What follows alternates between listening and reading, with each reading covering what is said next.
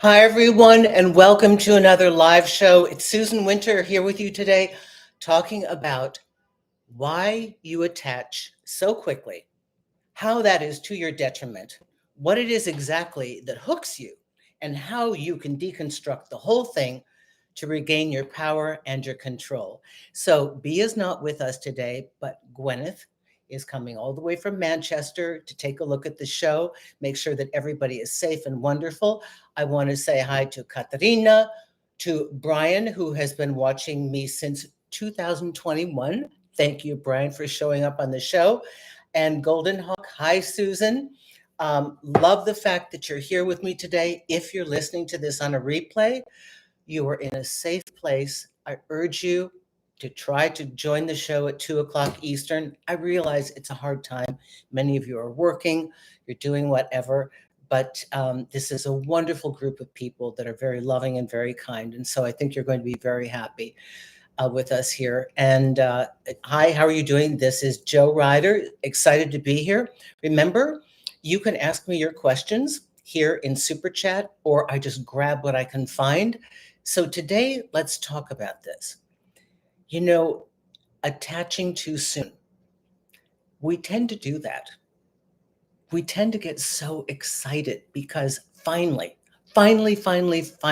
we've met somebody and we like them and they're pretty nice and they give us a lot of incentive. Maybe we've had a date or two. We don't know much about them. Maybe we've slept with them. We've had a week or two. Maybe we've had 3 or 4 months. And they're saying and doing all the right things. Now, here's what happens when we attach too quickly.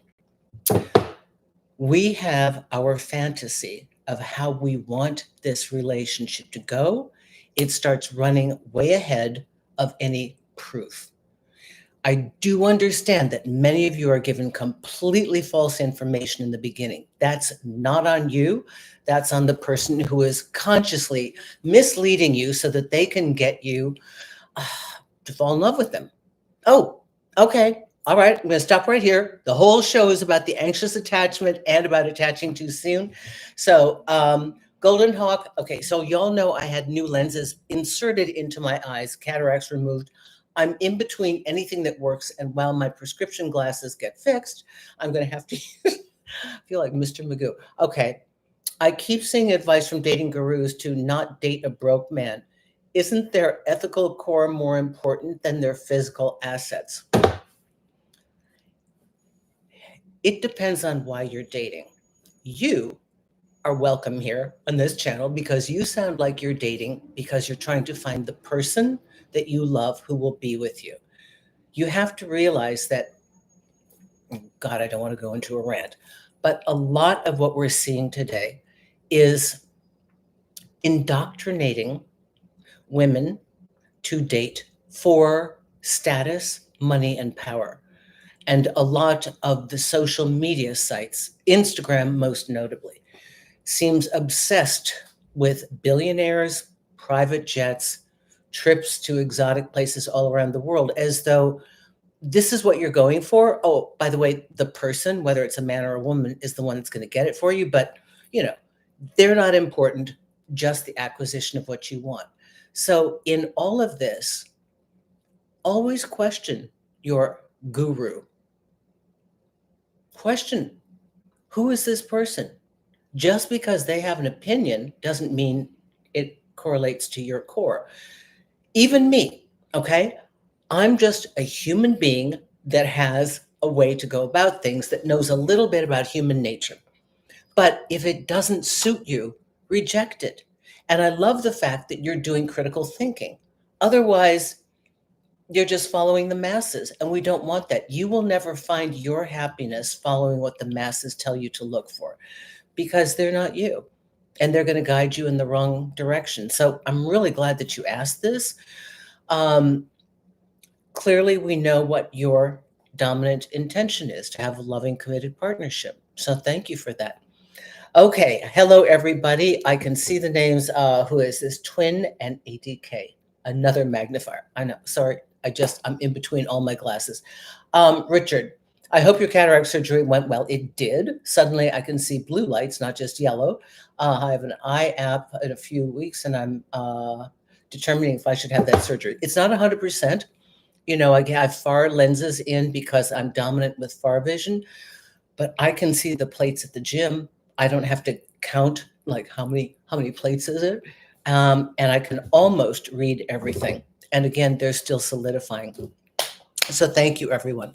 So let's talk about how you get hooked exactly, because it's that very mechanism that I want to uncover today. It is what I call the dream. So we see somebody, we're attracted, they're giving us positive signs, we have some good conversations, we normally get physical way soon, and we start to invest in our our preferred reality, the preferred outcome of where we want to see this go. So we create a dream around this person as to the potentiality of what we are hoping to get from them. But the dream is different than the person.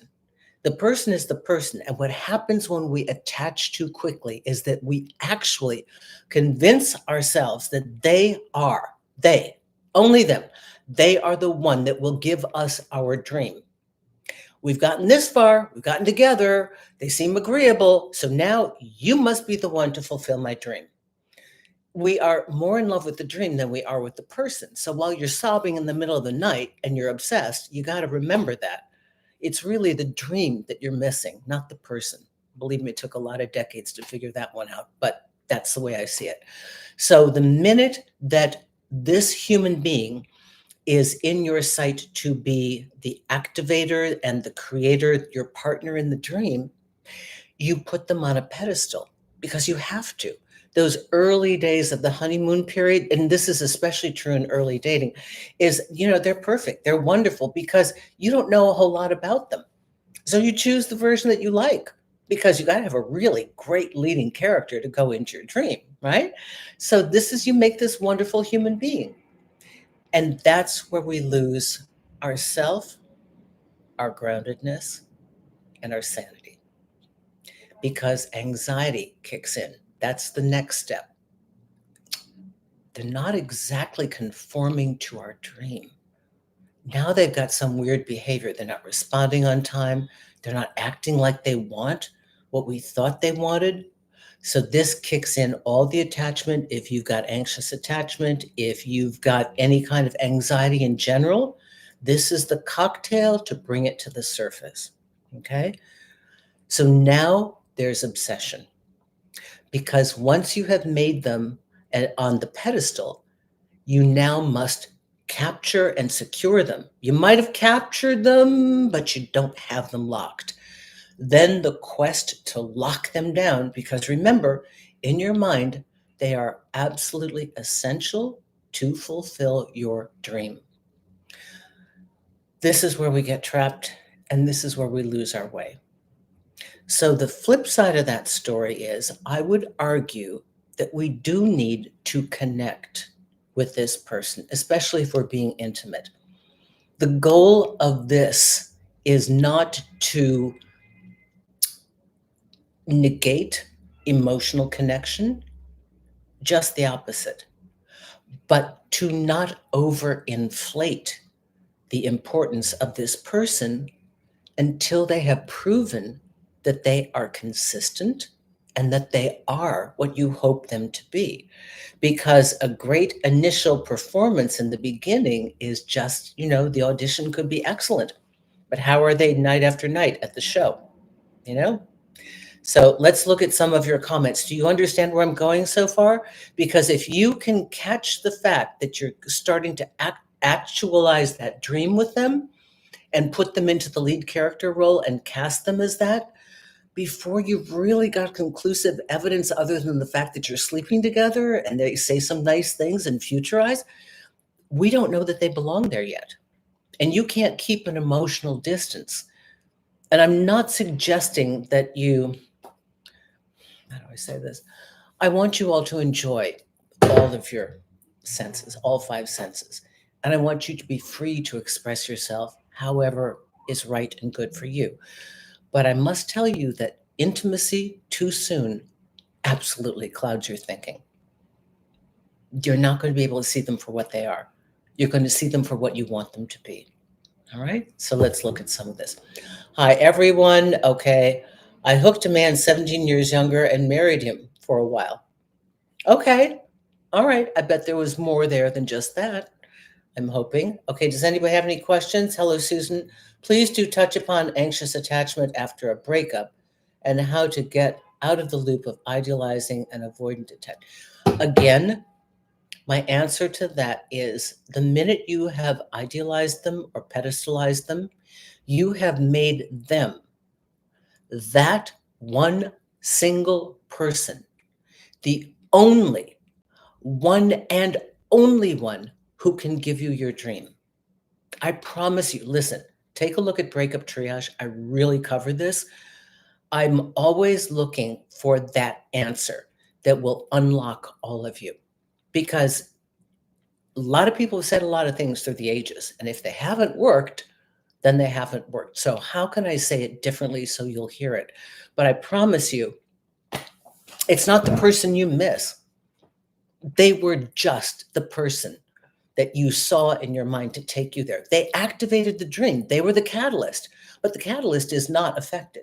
You see, the catalyst, it's kind of like a one-sided thing. They get you started. You went on your dream and you were hoping that they would be the one. Sometimes they are. Many times they're not. But please understand, what you really fell in love with is the dream. That's what you want, is that vision in your mind. You just decided to saddle this person, and that's why you have the anxious attachment. Well, also your childhood. That's what causes the anxiety. Because imagine if you truly have a limited mindset, which I will talk about here.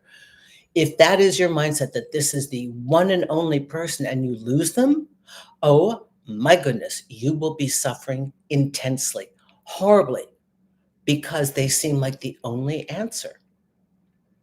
If we can take our time and understand this anxiety, because the anxiety is coming from a lack of resolution. Nobody wants to hang out over the edge emotionally. It's like diving off a cliff into a kiddie pool. It's unsafe. And you may be the kind of person who loves easily and quickly. I know I do. So the battle is to understand your default. If that's your default, that you attach quickly, that you love easily, you have to start to back off and temper your emotional involvement with rational thinking and ask yourself all the time, are they what they say they are? Are they doing what they said they were going to be doing? Are they consistent? And like, I got a private DM today from a client who said that she was suffering a really bad breakup. And she thought she'd gone through the worst of her breakups years ago, right?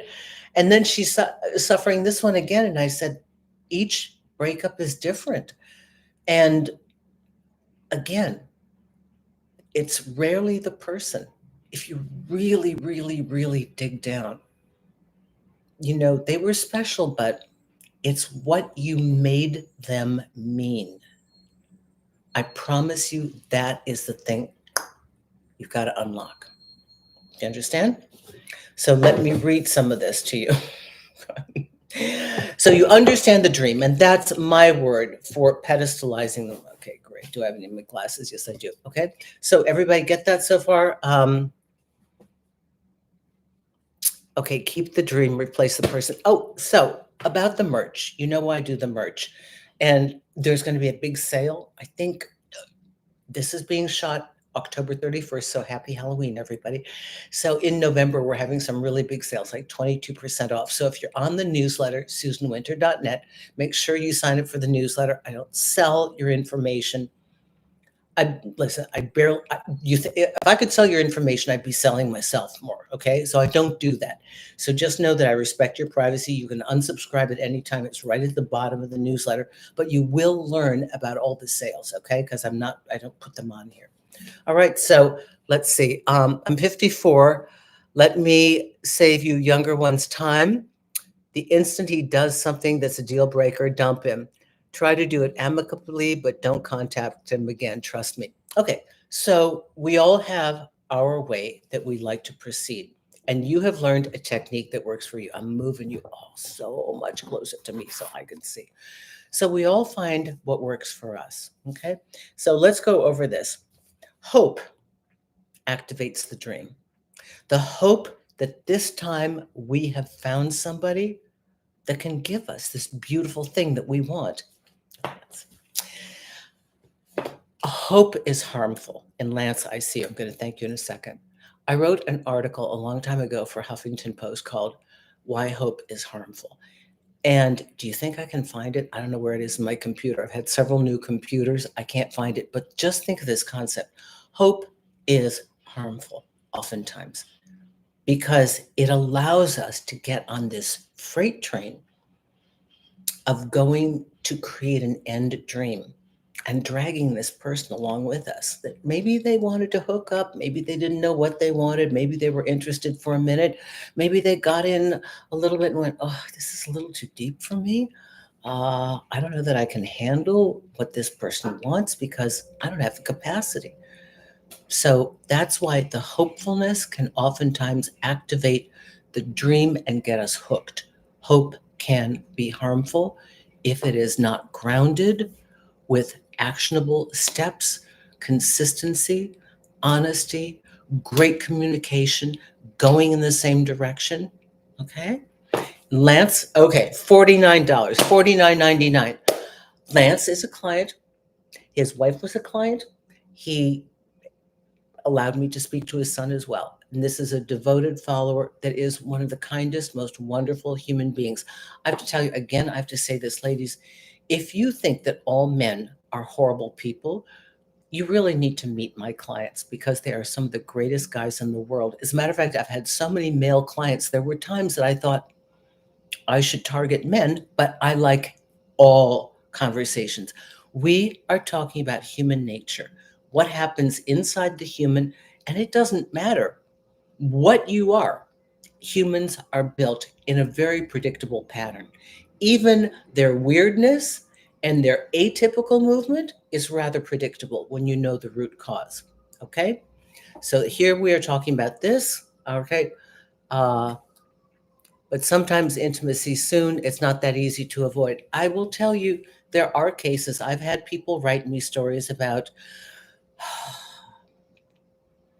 they met somebody, they couldn't stop talking to them. There was immediate chemistry. They spoke for 7 or 8 hours. It got so late, they just went home with each other. It was magical. It was wonderful. And it didn't work out. Now, what's my theory on that? My theory is whatever works for your disposition is what you can afford to do. Meaning, if you have an open heart, you're naive, and you think everybody that comes into your life and the solid, real connection is going to be there forever, and this is going to be your future partner, and you're going to walk down the aisle together, and you put that story on somebody you've known for 6, 7, 8 hours, and they don't call you back or they leave town, you're going to be dismayed. So, can you take the ride? For some people, this is life. They take a bite of the cake, they want it, they take it, they'd love to keep eating the whole cake, but maybe all they get is a bite. So you have to know how far you can play in this intimacy drama. You have to know that, okay? Know your disposition and choose according to being in alignment with yourself. All right? That's the safest way to do it. All right. Thank you, Susan. Happy Diwali from India. Yes, happy Diwali, everybody. Okay, so pedestalizing your partner, very dangerous. They're a human, they're not perfect, but the pedestalizing them is the glue because now you've got the dream, which you went to on your own. And the beauty is that it clarifies what you really want. If you take the person out of it, it'll show you what you really want to have with somebody under an ideal situation.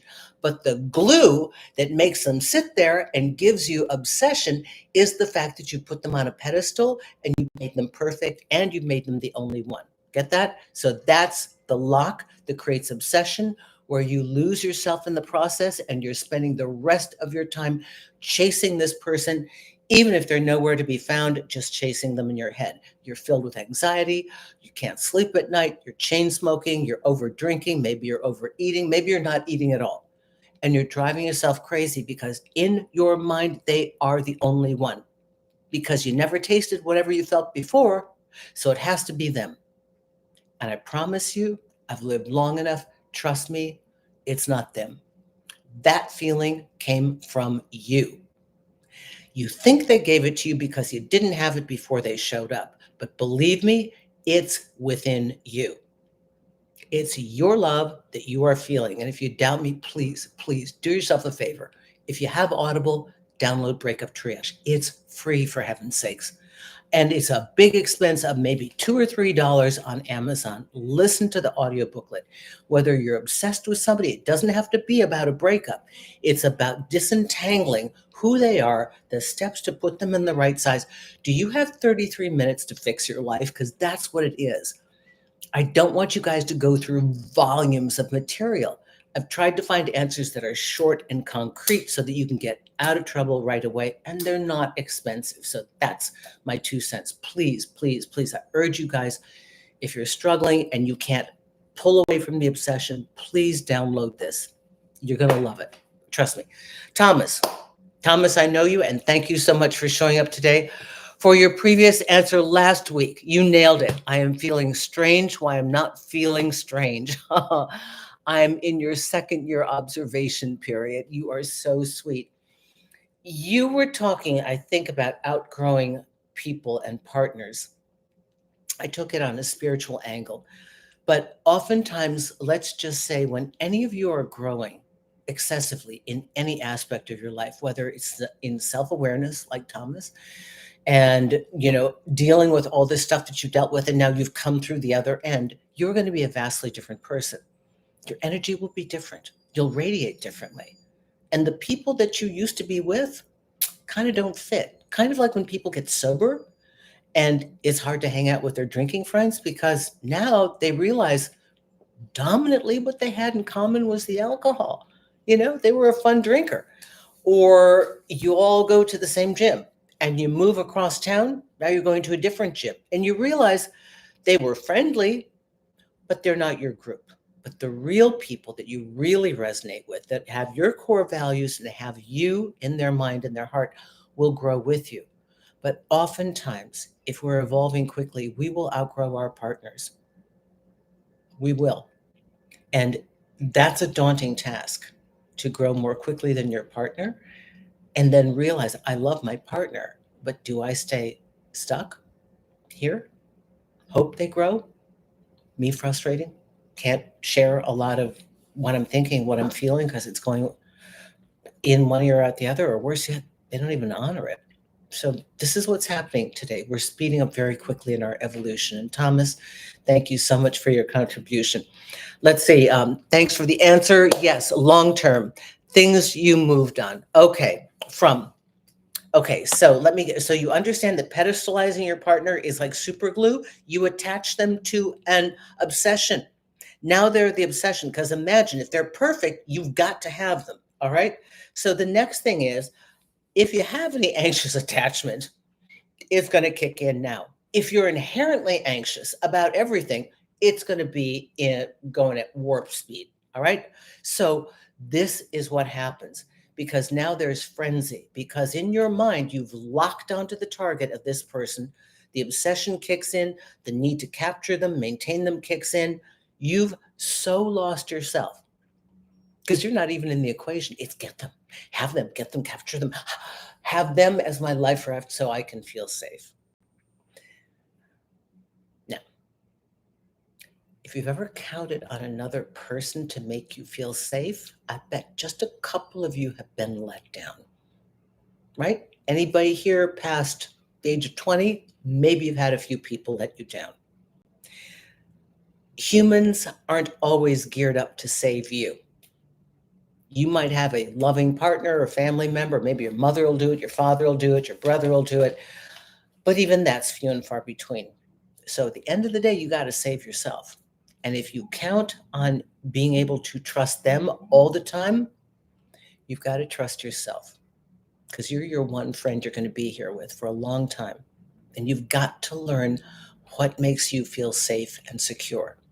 And no matter how delicious that person looks, yummy, yummy, yummy, no matter how sexy, no matter how tantalizing, if your internal red flags are going off saying danger, danger, danger, and you know that you've had real trauma with this in the past, don't go.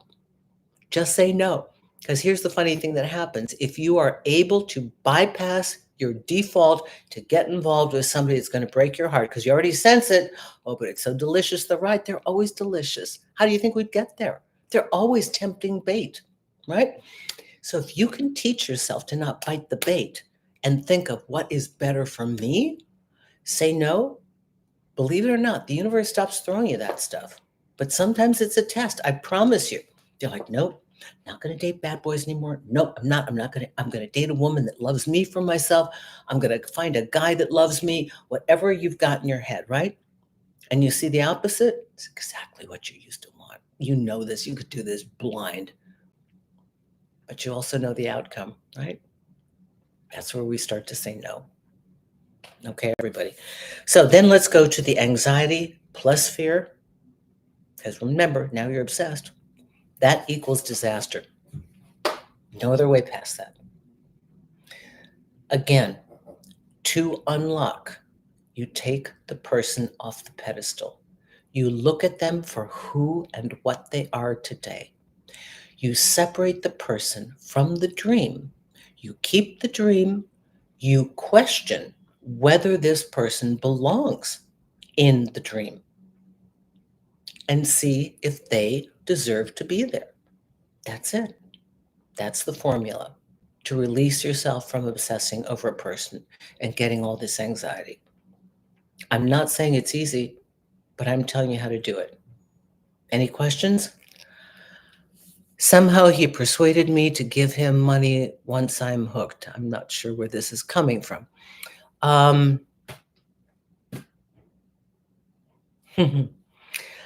Yeah, Jesse, Jessa, long distance relationships.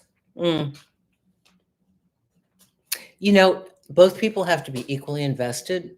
And if the text messages are just kind of perfunctory and like whatever, then they've lost interest. And I don't know that you can always get it back. I don't know how much the two of you shared and I don't know how much time you spent together before the separation occurred as far as distance. So I'm not sure that I can help you with that, but that's a sign, right? Maybe if you feel comfortable and you feel that you're overinvested, this would be the time to say, I really like you, but I can't do this on my own. Is this something you still want to pursue? There, and let them have an out. Most people aren't going to tell you the truth because they don't want to appear like a bad person. But if you say something like, there's no bad or wrong answer, I just need to know to clear my head. What would you like? Are you in? Are you out? And if they say that they're in, say, okay, here's something I need because you're so far away. I need to hear from you on a regular basis. I need, a little bit more context than, hey, yeah, good, all good, whatever. Okay? Got that?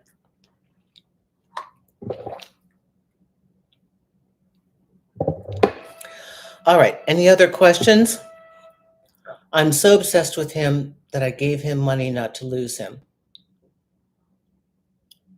Okay. Mike, I'm guessing you are in a fairly obvious transactional relationship.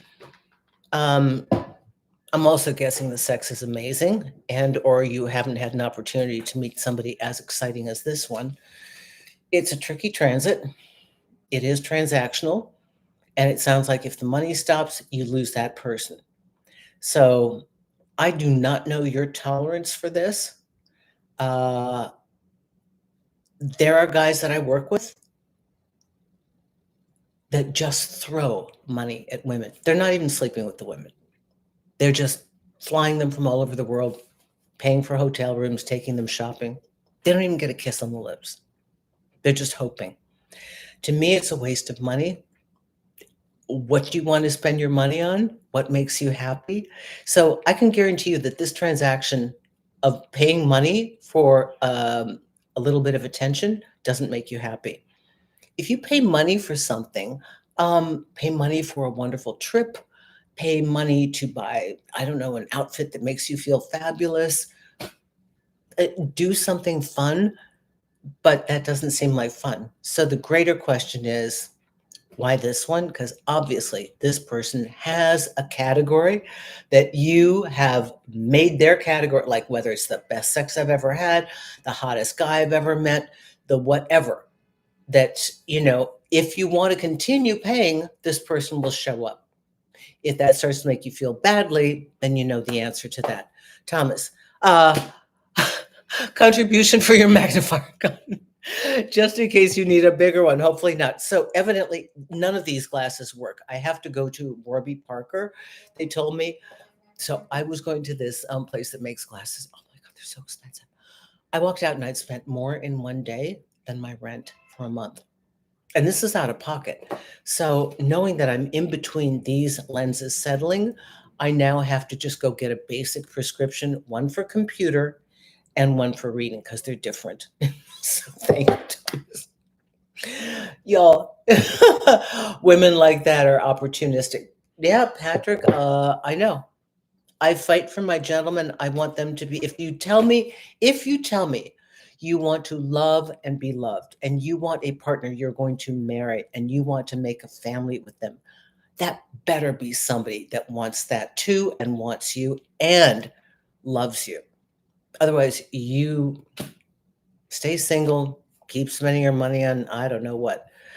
So now you understand how to unlock yourself. Okay. So the last thing is underneath all of this, and thank you, all of my super chat contributors, is that there's a limited mindset that you've locked onto and obsessed over this one person because you think they are the only one. And that's limited thinking. They may be the only one you've met till today. They may have been the only one that wanted you for a while. They may have been the only one that is in your community that you saw, that you had access to. Many of the times that people are single and fall head over heels over somebody, it's because they haven't had a lot of competition for that position, right? If you have 400 people applying for a job, you can be picky. If you meet one person that wants to date you on their terms, you might put up with it. I'm helping a lady who, guys, I'm telling you, like 40% of my people are psychologists. They're PhDs. We all get lost when love meets fantasy, meets obsession, meets limited thinking. Even people that know this stuff scientifically, psychologically, inside and out. So understand, it's not just you, it is human nature. But we are deconstructing it today because another component part is limited thinking. You can't pedestalize them and make them the one and only without thinking they are the only one. And I understand that many of you don't have an opportunity to meet people, and you take what you get and you suffer with it because you'd rather suffer or have somebody than nobody at all. So the only thing I would say to you, when you weigh the amount of anxiety and suffering compared to being alone, which is something we all need to feel comfortable with, really, if you find that this choice that you've made because you think it's all that you can get, or you have proof that there's very little coming through the pipeline, then ask yourself, is it worth the anxiety? Is it worth the emotional upset? Or might I not challenge myself to be alone with myself and accept that? Doesn't mean it's forever, but maybe that will give me a stronger platform by which I can be more selective and, if anything, magnetize more people into my energy field, into my sphere. Because now I'm radiating at a different level. Now I'm feeling good about myself. And would I prefer love? Absolutely. Am I opposed to it? Absolutely not. But I won't take less than I deserve. I don't want to be involved with somebody that's going to create stress and anxiety. because they simply can't figure out what they want to do with me. And they can't be honest, right? Okay, here we go. Jessa, hi Jessa, thank you so much. $10, thank you so much. We met on Match, had our first date after a month. He came to me, I can almost read this. I felt comfortable and interested. In a month, I'm seeing him, no sexy time. Any advice? Should I pay for my hotel? Okay, very modern question. Okay, let's see. I'm seeing him. Okay, so you are going to him. Are you paying the airfare or driving to get to him? Or did he pay for that? Because I think in modern couples, it can be tit for tat. I think maybe if he bought you the airfare, you pay for your own hotel. And I love the fact that you have your own hotel room. I love that because you have complete control that way. I do it just for control. Because nobody can close the account. Nobody can take it away from me. I won't get there and their credit card bounced. And now I have to stay with them. So people I don't really know, yeah, I would definitely do that. Pay for your own hotel. But if you are, Jessa, paying for a flight, paying for a hotel, and you're basically taking it to him, my question is, what is his contribution on the other end? And this is a test period. I'm not opposed to people with resources testing the first time. I did the flight. That was 750. I'll do the hotel. That's 450. I'm making an investment in this, but he damn well better get the dinners and show you a really good time. Okay? Because you want to know that there's reciprocity, because the way it sets up in the beginning is the way it's going to continue. And you may even want to say, look, I'm happy to get the hotel. You got the airfare. Or you might say, I'll get the airfare and the hotel. If it's just up to what's comfortable for you. Okay? I hope this helps you. Thank you for your contribution. Okay, hello, been a long time since I caught a live. Excellent, excellent, excellent. Okay, so what else do y'all want to know? Do we understand this? Hope equals and activates the dream. You immediately put them on a pedestal and project them to be your fantasy partner. Anxious attachment and anxiety drive you into a state of fear. Okay, combining anxiety and fear is a recipe for disaster, independent of the quality of your partner. You can be so freaked out about the fact that you've got somebody you like that you could actually drive them away if you make them too important. You got to keep putting yourself in there. How do I feel? How do I feel? Are they nice to me? Are they good? All the time, because so much of the impetus is, do they want me? Do they like me? Are they going to choose me? Are they going to stay with me? Are they going to... You're the gem.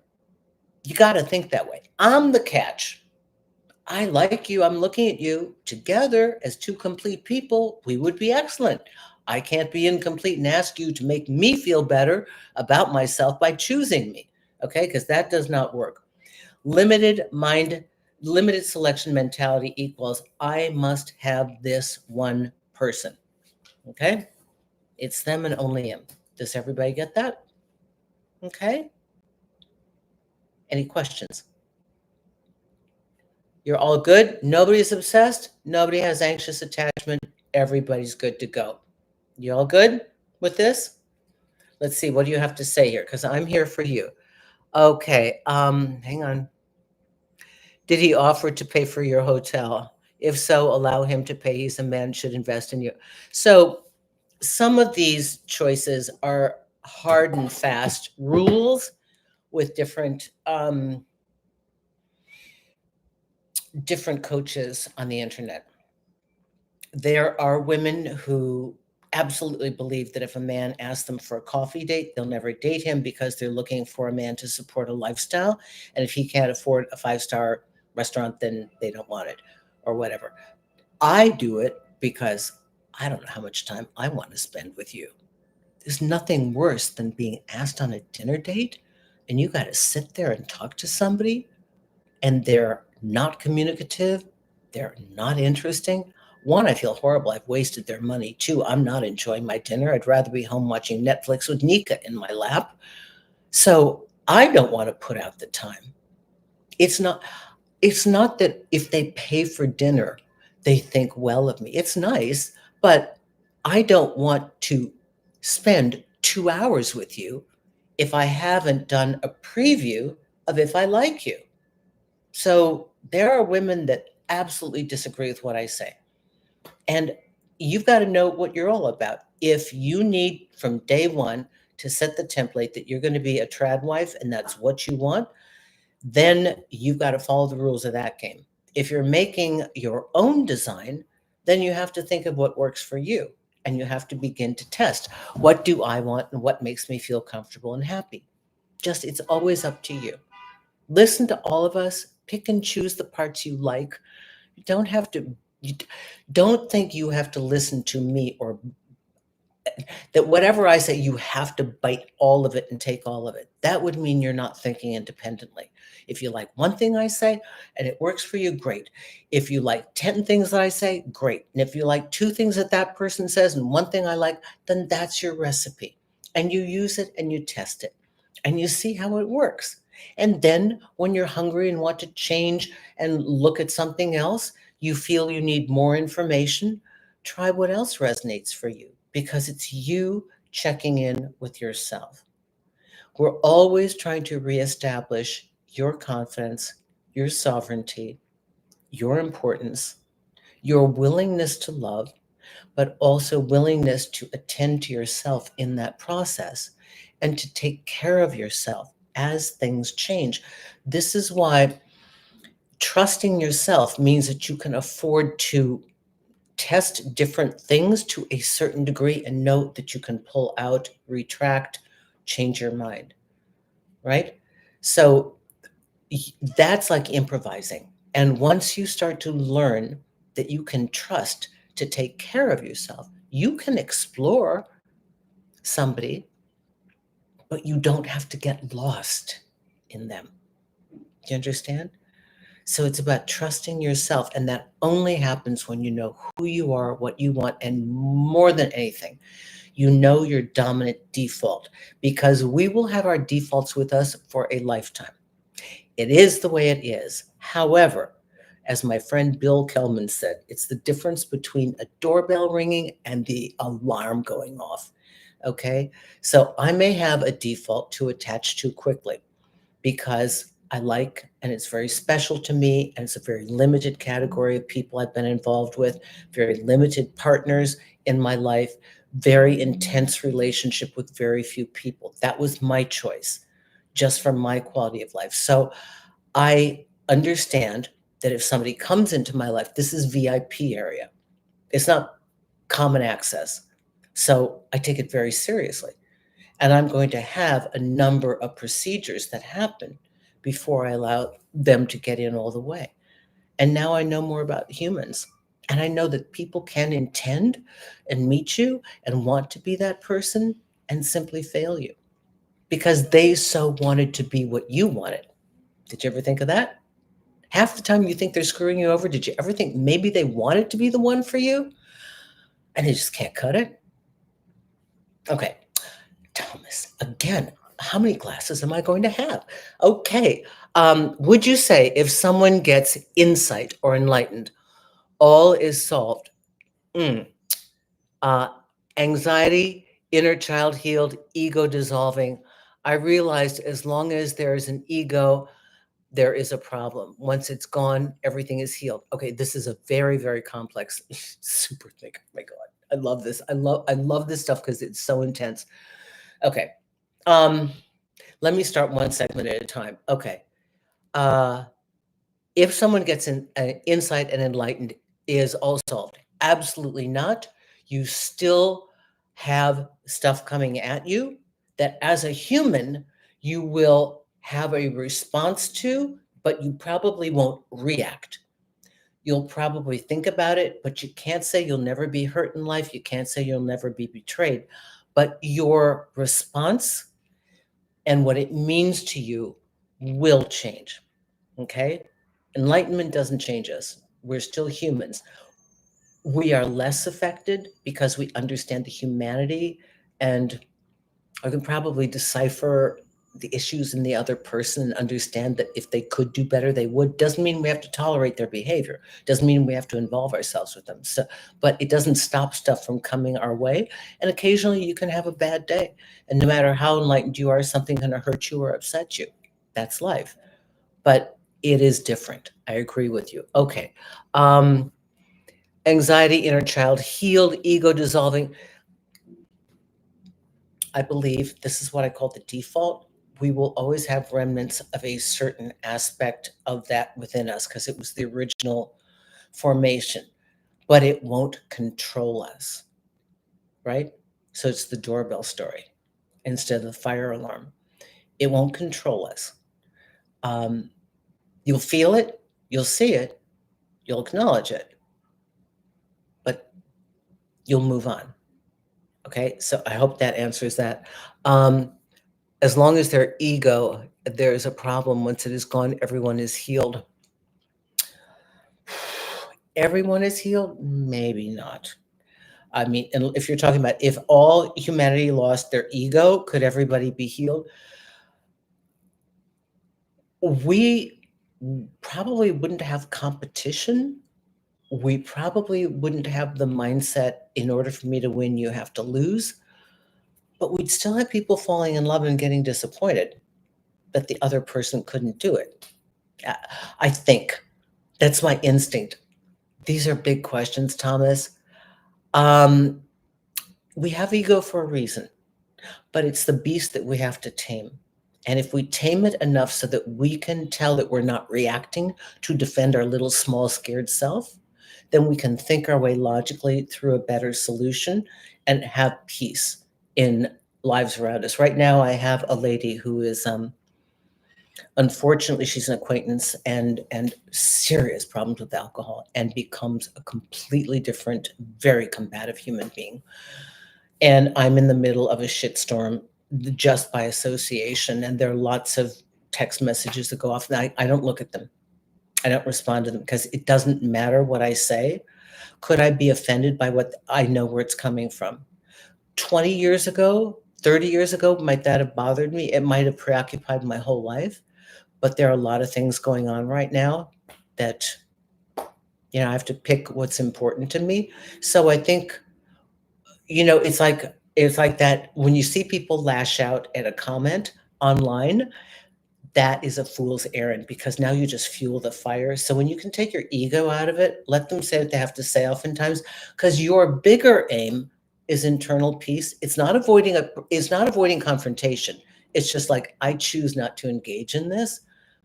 I see what you're trying to do, but I'm not playing. I hope that helps you. You're so generous. Thank you. And I have to get myself over to get different glass prescriptions. So let's see, what do we have here? Okay, so Jessa, do you believe in unconditional love with a partner? I do believe that unconditional love is one of the greatest spiritual qualities and that humans are striving to achieve that. But I do think, piggybacking on Thomas's, that we have kind of an uphill battle because we have these little scared selves that are constantly being challenged by the world around us that wants to tell us in every single time that we open up any kind of social media or the radio or the television what we're not.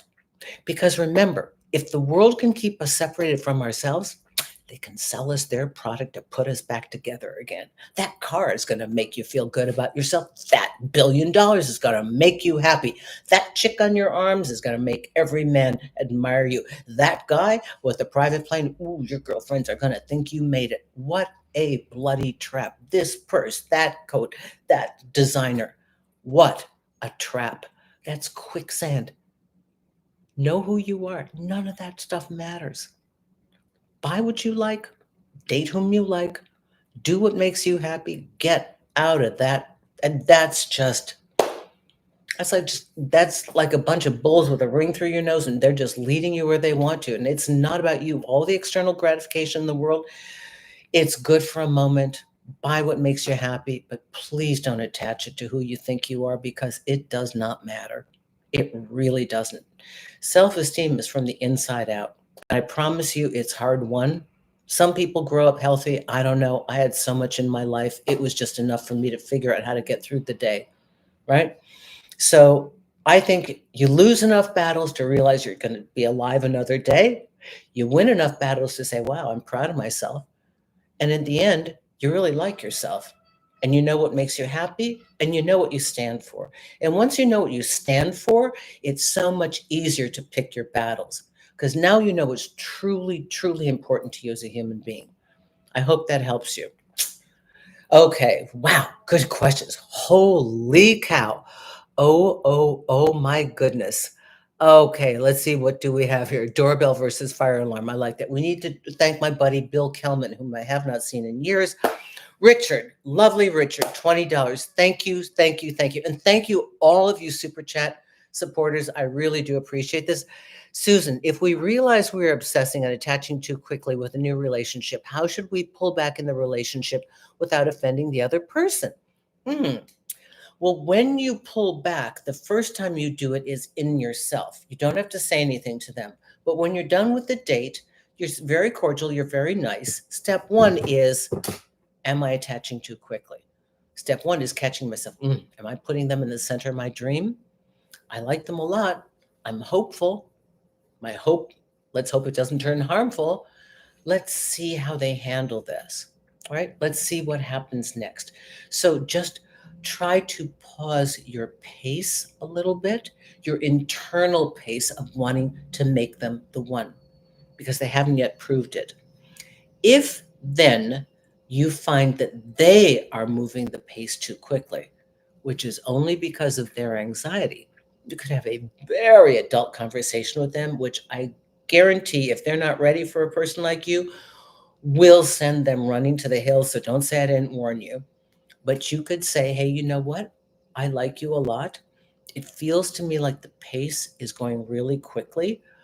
I want to be here now fully and move to the next place in a way that seems logical and maintainable. It's like the football analogy, because I'm like nothing about sports, but like where you take ground and you hold it, or in a battle, you don't want to just run up the hill. Yeah, we've got it, and then you just lose the hill. So you want to take ground and hold, and you may just say that you see, and you've experienced in your own life that a lot of people, when they move the pace too quickly, they jump toward what they'd like to do, and then they don't do it. So to be real, to be true, and to be authentic, and to move at a pace that works for you, you need to slow it down just a little bit. Now, they're going to hear, if they've got anxious anxiety, oh my God, he's bailing. This is the preliminary conversation to dump me. So you have to come back with knowing that they are going to respond like that. Say, I like you. I'm not trying to bail. I'm trying to get it so that I'm comfortable enough to continue investing. If it goes too fast, you will lose me. I'll want to exit the ride because it'll make me leap past what I'm able to consistently provide for you. Do you understand? I hope that helps you. Okay, so we have more and more and more. Jessa, let's see one more time. Um, a phrase action I can repeat to myself on a date to ground myself and remember that I'm the driver's seat when I start to self-edit drift. Thank you for what you do. Thank you. Did I give you one or you're looking for one? Okay. I like this person a lot. I have high hopes. But to honor myself, I'm going to sit back and watch. I'm going to see what they do. You haven't slept with them yet, Jessa. You can think clearly. You don't have those goggles on your eyes, right? Oh, they're so wonderful. Oh, Jack, the way Jack walks across the room. Oh my God, nobody walks across the room like Jack does. Oh my God, he's so wonderful. We've all heard our girlfriends go off on that. Oh my God. And it's like, we have to just put up with it for a month and a half till they get out of the honeymoon drug. So move slowly, see if they have a lot of communication. If you're going all the way to meet this person, ask them really, what do you want? What's your history with dating? What do you not like? And I would definitely set up the communication conversation. The communication conversation is an initial opening to we agree to be honest even if it's going to be uncomfortable for the other person to hear. Because if you don't start having these communication conversations, you're certainly not going to have it after sex when things feel weird. You're not, because now you're going to be too terrified to say anything that's going to make them jump off the train, right? So you start to say something in your own words, like, I really feel that being honest from the very beginning is the best protocol when you're getting to know somebody. I like you a lot. Is it okay if we're just like really honest? So if it's not working, there's no bad or no wrong. Somebody can say, hey, it's really not working for me. I would so much rather that happen, that I could say that you could say that, rather than leading somebody on. Are you cool with that? I bet they would be so happy to know that that's what it could be, because most times people don't want to look like the bad guy or the bad girl by saying what's obvious and true, like they're not really into it. So they'll backpedal because they don't want the confrontation. And worse yet, if they're kind of a shitty person, they don't want to deal with your emotional fallout. Like they don't want to be responsible for what they started, but don't feel like maintaining. It's like, I want to drive the Testarossa. Oh, I got it in the mud. I hit a tree. Yeah, I don't want to fix it, but it was fun. Okay, cool. So they're not being responsible. You don't want that person. Okay, let's see. I think we have another one. Did Richard do another one? Richard, Susan, if we realize we're obsessing and attaching. Okay, I've already seen that. Okay. Did I do everybody's here? I want to make sure that I got all of you. Some people have written me stuff. Did I forget anybody? I hope not. I hope not. Okay. How many magnifiers can I get? Okay, so dear Susan. Okay, how do you, hang on. How do I deal with a girl I really like, but is out of a 5-year relationship? She's 23. 5-year relationship, and she's 23. And I'm 34 years old. I never went with an age gap like that, but she's a writer and a dancer and old soul. Free mind, I would just keep exploring it. You know, good on her side. If she spent 5 years with somebody, she knows how to commit, even though she's young. And all you can do is, when I'll tell you from one who's been there, when they're in their 20s, it feels very young when you're older. But when she's 35 and you're 45, it doesn't feel like anything. So when they're still young, it seems like a big age gap because she's still not where she wants to be in her career. But if you find somebody, explore. That's all I have to say. We never have guarantees in this. But what we're trying to do here on this channel is give you more tools so that when you're in the midst of somebody you feel is worth exploring, that this time you will know your default, what you're prone to do when you like them just a little too much, the things you should say along the way, the actions and steps you should look for, the reciprocal relationship that you should be finding in them. If you can do all of those things and not put them on the pedestal and make them somebody you want them to be, then you should be okay with however it rolls out. You understand? Because this way we're working from more of an organic, strong sense of self. Are there any other questions? Because we're coming up to the end of the hour. Anybody else have something? All right, Gwyneth is here, all the way from Manchester. B can't be with us. Oh, I have to tell everybody. Do be aware, Europeans, we go through a time change here in the US on Sunday. Okay? So take a look, because you oftentimes, I know we go through one, I think you go through one, or you've gone through one. Different places go through different time changes. So make sure in this whole period of time changes, beware, we go through a time change here. Okay? So take a look when you see the preliminary that it's coming up. Make sure you check and see what time it comes up for you. All right? Anybody else? Let's see.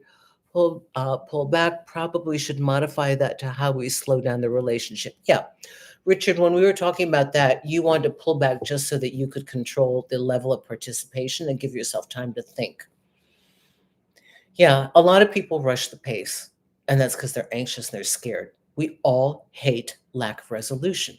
Please do not berate yourself. Don't think there's something wrong with you. There's nothing wrong with you. Humans do not do well in the unknown.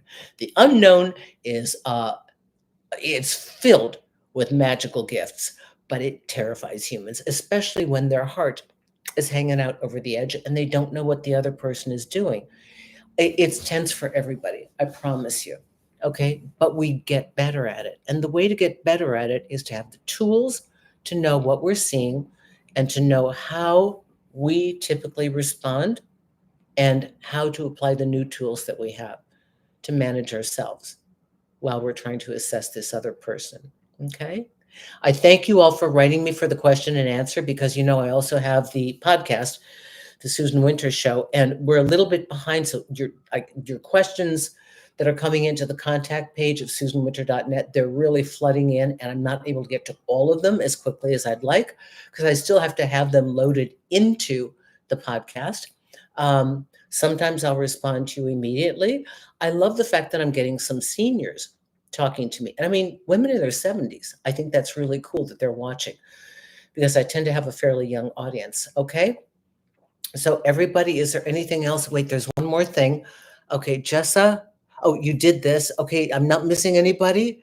Okay, so free mind, you're going to explore it. Very good. Susan, I have a question, but I'm just checking in with live because of work. Okay, Minerva, let's see.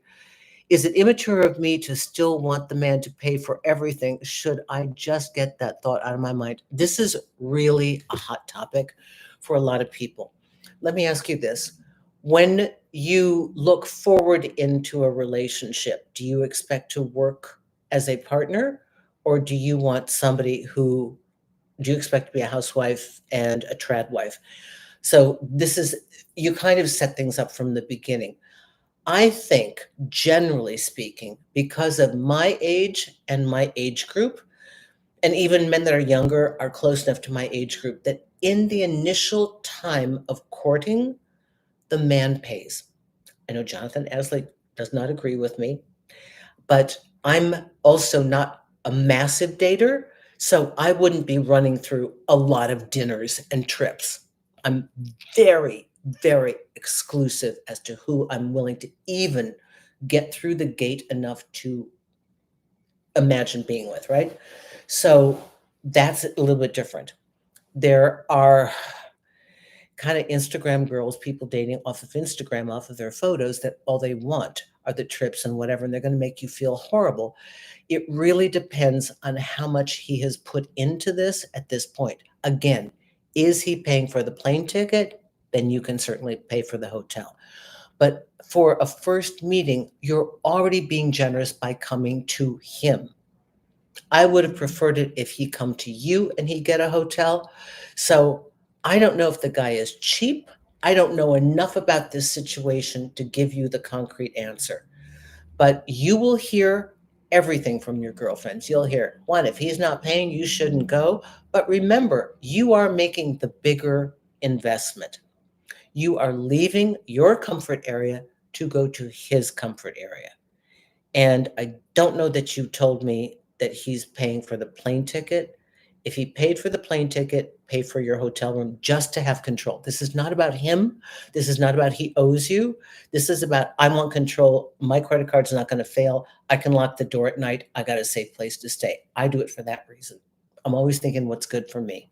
Okay? About meeting again, I hope I don't screw it up because I waited for this so long. Minerva, you're already in a bad state because you're already making this mean too much.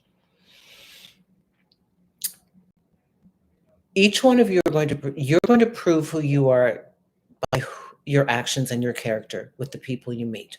And you are going to have to be consistent so that people know you're real and you're ethical and you are a person of good character. Because people who are real and are what they say they are consistent in their thoughts, in their actions, in their heart. Is not dispersed. Okay. So you are going to show up that way. And then you want to make sure that the people you're seeing are the same kind. People such as yourself are fewer and further between these days. It is harder and harder to find truly ethical, honest, fair, decent, conscientious people that always consider what is the collateral damage of the actions I'm doing. If I take this action, is it to please myself?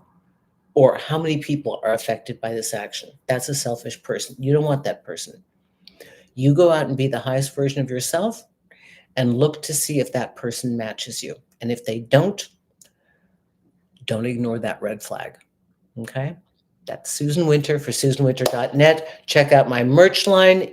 Check out Breakup Triage. Please, if you want to get out of obsession, please take a look at that. Even if you aren't involved in a breakup, what else do I have to tell you? The time change, question and answer. The merch is going to be on sale at 22%. The reason I do the merch is to remind you, keep the dream, replace the person. Is not me, it's you. Some of these phrases that I have. Okay. Thank you, everybody, for your super chat. I will be here next week, and I look forward to seeing all of you. Thank you so much, Gwyneth, for being here all the way from Manchester. We do appreciate it. You know, just a shout out to Gwyneth and B, have been on this show for years, I think since 2000. Like, they don't have better things to do on a Thursday night. This is an unpaid position. They show up just to help all of us, to make sure that you get safe, that nobody is bothering you, that they can control everything and help you if you have a question. So thank you, everybody. Write me your questions at susanwinter.net under the under the contact page. Listen to the show. If you like something, I urge you to listen to one of the playlists. Just put it on the background, have it keep going. You may have to edit the commercials, like press a button, but just listen to the material, because the more you fuel yourself with the right information, the more prepared you will be when you go out, and you will not be a creature that is captive to their whims. Okay? Thank you, everybody. See you next week. Thank you. Bye-bye.